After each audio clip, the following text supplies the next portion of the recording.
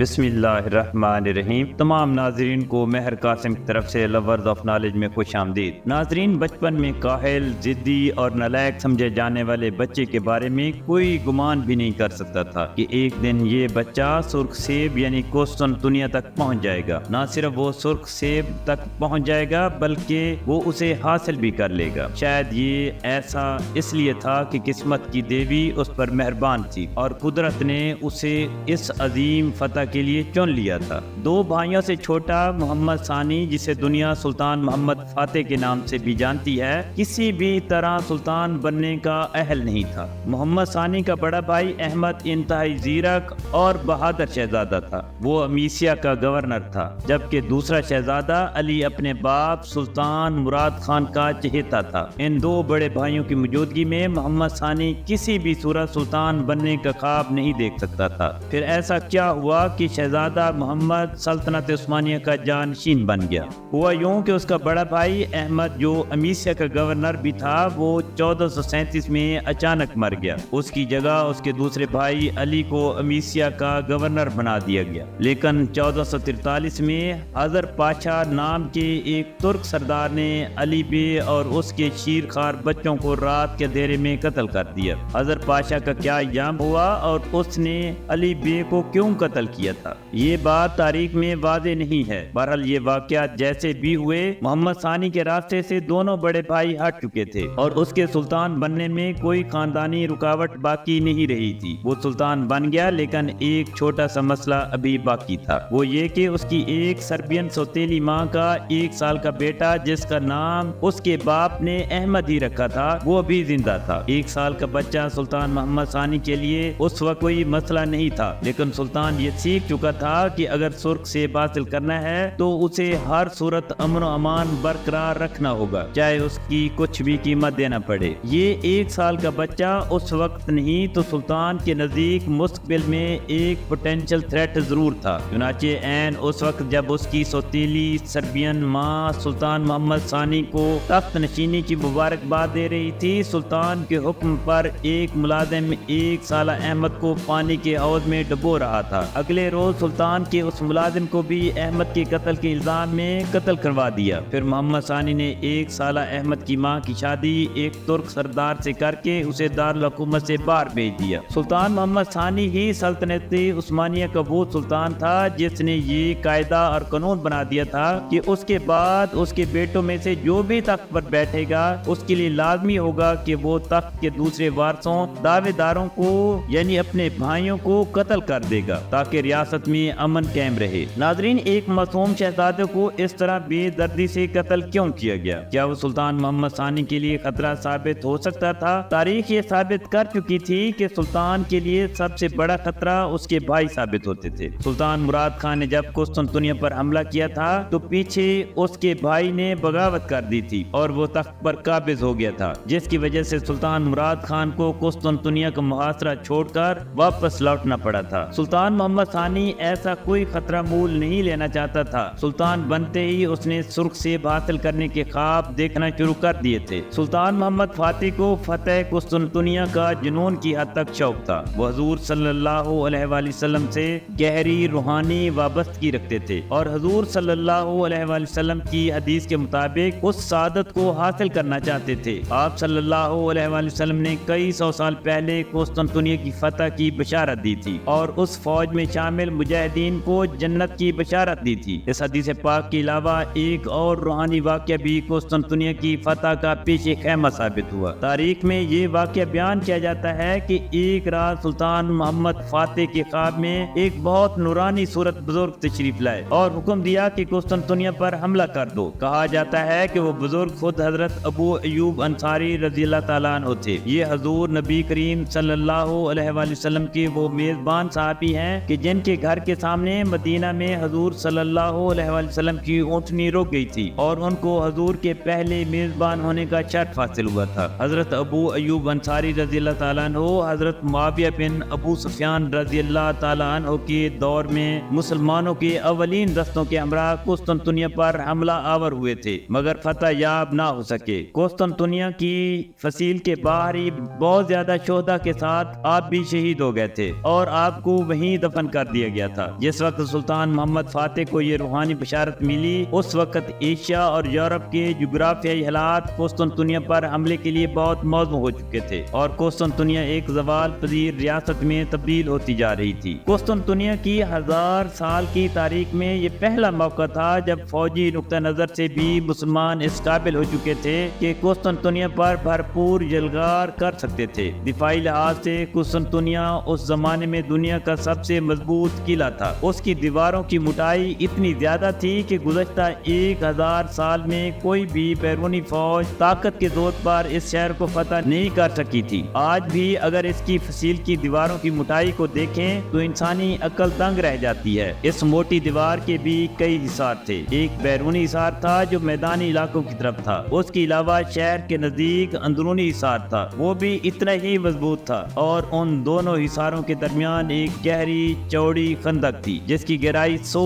Fit تک تھی۔ اس شہر کے 3 اطراف میں سمندر اور چوتھی طرف خشکی ہونے کی وجہ سے یہ علاقہ تقریباً ناقابل شکست تھا۔ قسطنطنیہ کے مضبوط ترین قلعے کو فتح کرنے کے لیے اس کی دیواروں میں شگاف ڈالنا اور سمندر کی جانب سے دشمن کی رسد اور کمک روکنا اس مہم کے اہم ترین اہداف تھے۔ سلطان محمد فاتح نے اسی نقطہ پر سوچنا شروع کر دیا۔ اس دور میں فوجیں توپوں کا استعمال کرتی تھیں اور بارود بھی دریافت ہو چکا تھا، لیکن سلطنت عثمانیہ کے پاس جو توپیں تھیں وہ قسطنطنیہ کی فصیل کو نہیں توڑ سکتی تھی۔ اسے توڑنے کے لیے کئی گنا بڑی توپ کی ضرورت تھی۔ پھر قدرت اس پر مزید مہربان ہو گئی۔ ہوا یوں کہ ہنگری کا ایک ماہر توپ ساز اور سائنسدان اوربن قسطنطنیہ سے مایوس ہو کر سلطان محمد فاتح کے پاس پہنچ گیا اور سلطان کو یقین دلایا کہ وہ ایسی توپ تیار کر سکتا ہے جس کے گولے قسطنطنیہ کی فصیل کو توڑ سکتے ہیں۔ سلطان تو چاہتا ہی یہی تھا۔ اس نے اوربن کو توپ تیار کرنے کا حکم دے دیا اور پھر وہ گن تیار ہو بھی گئی۔ جب وہ گن تیار ہو گئی تو اس کی آزمائش کا وقت آن پہنچا۔ اسے آزمانے کے لیے وینس کے ایک بحری جہاز کا انتخاب کیا گیا۔ جب بحری جہاز پر ایک گولہ گرایا گیا تو وہ بحری جہاز مکمل طور پر تباہ ہو گیا۔ اوربن کی بات سچ ثابت ہوئی۔ سلطان محمد فاتح نے اسے جلد سے جلد ایک سپر گن تیار کرنے کا حکم دیا۔ دن رات کی محنت کے بعد آخرکار ایک سپر گن تیار ہو ہی گئی۔ یہ سپر گن کانسی کو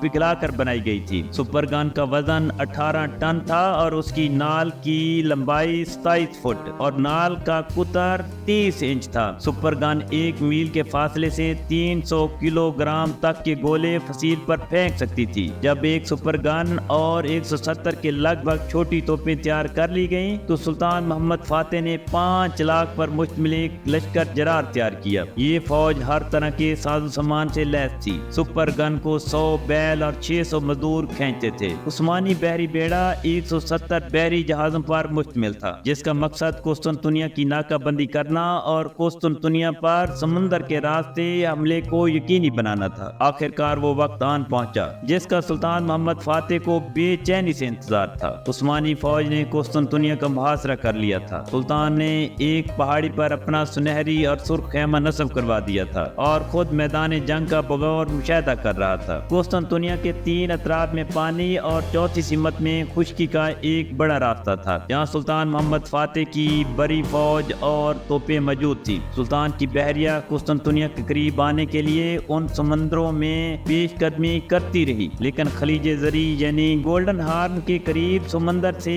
قلعے کی طرف ایک آبنائی نکلتی تھی۔ اس کے منہ پر قلعے کی طرف ایک تنگ راستہ تھا جہاں بزنطینی سلطنت نے بڑی بڑی زنجیریں نصب کی ہوئی تھی۔ بحری جہاز اسے پار کر کے سمندر کے راستے شہر کی فصیلوں کے قریب تک نہیں پہنچ سکتے تھے۔ ان زنجیروں کے اندر کچھ عیسائی بحری جہاز تھے جو قسطنطنیہ شہر کی حفاظت پر مامور تھے۔ قسطنطنیہ کی فوج کی قیادت ان کا شہنشاہ قسطنطین خود کر رہا تھا۔ سلطان محمد فاتح کے پاس تقریباً 5 لاکھ فوج تھی جس میں 20,000 جاں بازوں کا ایک دستہ تھا جو سلطان کے خاص جاں باز تھے۔ یہ جانسار غلام اور مملوک نوجوان تھے جنہیں خصوصی فوجی درسگاہوں میں تربیت دی جاتی تھی۔ ان کا نہ کوئی خاندان تھا اور نہ ہی انہیں شادی کرنے کی اجازت تھی۔ ان کی تمام تر زندگی صرف جنگوں اور فوجی چھاؤنیوں کے گرد گھومتی تھی۔ یہ سلطنت عثمانی کی خاص لڑاکا ایلیٹ فورس مانی جاتی تھی۔ یہ دستہ ہر خطرناک موقع پر حملے کی قیادت کرتا تھا اور دشمن کی صفوں کو روند ڈالتا تھا۔ اس کے علاوہ عثمانی فوج میں جینسریز کا دستہ بھی شامل تھا جو ہر جنگ میں بہت زیادہ بہادری سے لڑتا تھا۔ ناظرین، اتنے ساز و سامان اور تیاری تیاریوں کے باوجود بھی قسطنطنیہ کی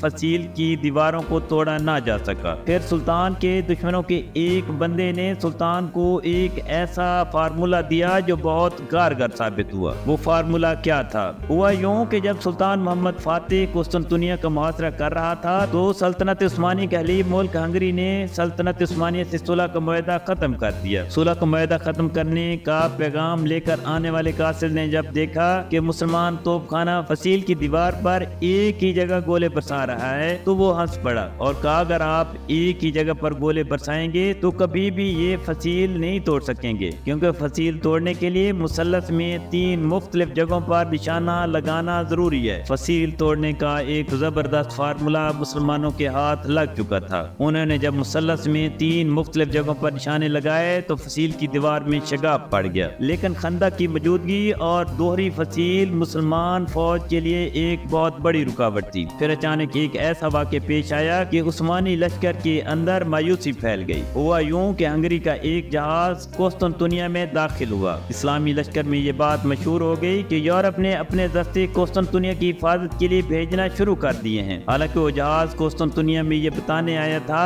کہ یورپ اپنی فوجیں قسطنطنیہ نہیں بھیجے گا۔ اسلامی فوج میں جب بددلی پھیلی تو سلطان محمد فاتح نے 2 کام کیے۔ اس نے خشکی پر 1 میل لکڑی کے پھٹنوں سے سڑک بنوائی اور اس سڑک پر جانوروں کی چربی اور تیل انڈیل دیا، جس کی وجہ سے سڑک کی رگڑ کم ہو گئی۔ لکڑی کے بڑے بڑے ٹکڑوں کو پہیوں کے طور پر استعمال کیا گیا۔ پھر پلیوں کی مدد سے بحری جہازوں کو اس سڑک پر اٹھایا گیا اور اسے راتوں رات گولڈن ہارن میں اتار دیا گیا۔ یہ بازنطینی فوج کے لیے بہت حیران کن تھا۔ ان کے حوصلے کافی پست ہو گئے تھے۔ دوسرا کام اس نے یہ کیا کہ اپنے تمام سرداروں اور وزیروں کو اکٹھا کیا، ایک قالین بچھایا اور اس پر اس کے درمیان میں ایک سرخ سیب رکھا اور سب سے ایک سوال کیا، آپ اس سیب کو قالین پر چڑھے بغیر حاصل کر سکتے ہیں؟ جب کوئی اس کے سوال کا جواب نہ دے سکا تو سلطان محمد فاتح نے قالین کو ایک طرف سے لپیٹنا شروع کیا۔ جب وہ سیب کے قریب پہنچا تو ہاتھ بڑھا کر سیب کو اٹھا لیا۔ یہ اشارہ تھا کہ قسطنطنیہ کی فتح بہت قریب ہے۔ سلطان محمد فاتح نے اپنے سرداروں اور وزیروں سے کہا کہ آج رات آخری حملہ کیا جائے گا۔ اگر قسطنطنیہ فتح ہو جاتا ہے تو ٹھیک، ورنہ محاصرہ اٹھا لیا جائے گا۔ اس دن پوری فوج نے روزہ رکھا